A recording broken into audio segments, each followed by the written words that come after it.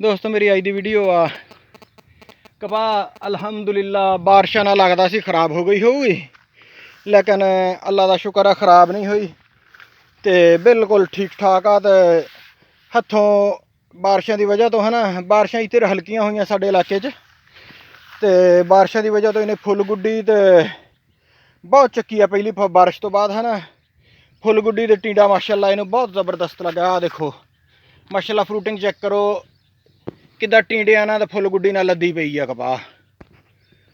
आ देखो कपाह बन्ना हटाया सी, मैं कहा वीडियो बना के तो दोस्तों नाल शेयर करदा। आ देखो माशाल्लाह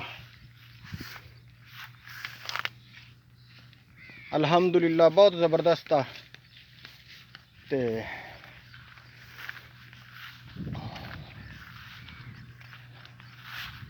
थल्लियों खिड़ी भी आ ते उत्ते टिंडे हर बूटे नूं इत्थों चेक कीती आओ।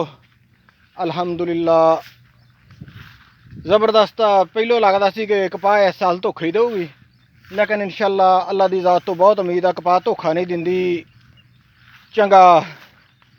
चंगी फसल आई जाऊगी, चंगा वजन दे दूगी।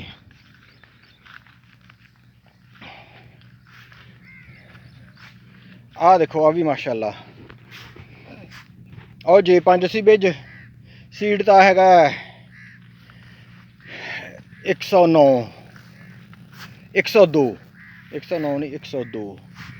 आ देखो माशाल्लाह ये भी कद भी बंदे तो माशाल्लाह बड़ा बड़ा है, सारी दा फल ना लद्दी पई आ देखो। इस तरह की होर वीडियो देखने लिए सारे दोस्त मेरे चैनल को सबसक्राइब कर रहा, नाल घंटी वाले बटन भी नप दो। जज़ाकुमुल्लाह खैर।